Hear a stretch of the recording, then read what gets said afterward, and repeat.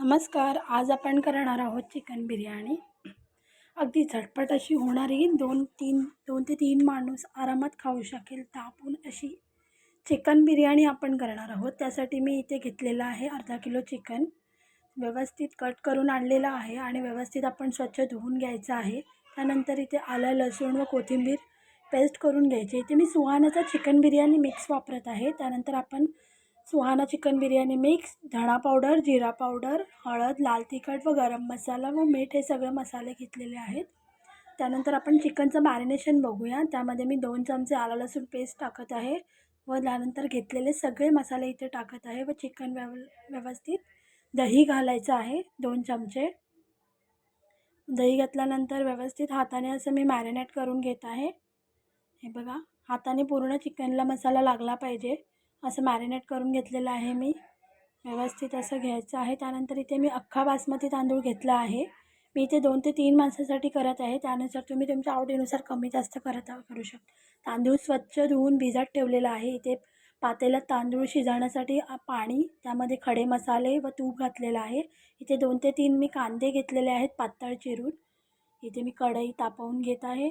ते कढई व्यवस्थित तापवून घ्यायची आहे. त्यानंतर मी याच्यात 2 ते 3 पळ्या तेल घालत आहे. कांदा आपल्याला फ्राय करायचा आहे, अगदी ब्राऊन टेक्स्चरवर फ्राय करायचा आहे. त्यामुळे जितका आपल्याला कांदा बारीक कापता येईल तितका बारीक कापून घ्यायचा आहे. त्याचा पूर्ण बरिस्ता तयार करायचा आहे आपल्याला.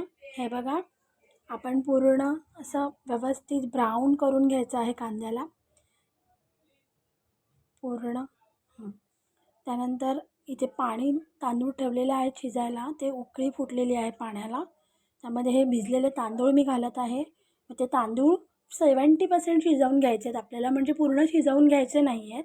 त्यानंतर इथे कांदासुद्धा भाजत आलेला आहे. ब्राऊन रंग चढायला लागला आहे. त्यामुळे असं सतत ढवळत राहायचं आहे, असंच सोडून द्यायचं नाही आहे. फास्ट गॅस ठेवलेला आहे. जर तुम्ही असं सोडून दिलं तर तो कांदा पूर्ण जळून जाईल. त्यानंतर मी ते एक टोमॅटो असा उभा चिरून घेतलेला आहे.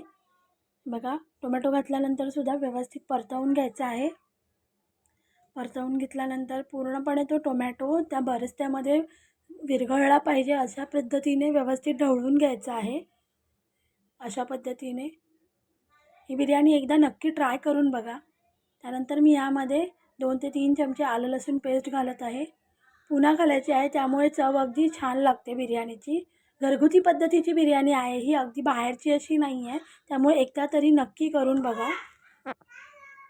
त्यानंतर इथे मॅरिनेट केलेलं चिकन घालत आहे. चिकन घातल्यानंतर पूर्ण व्यवस्थित चिकन त्या बरिस्त्यामध्ये कोट करून घ्यायचं आहे.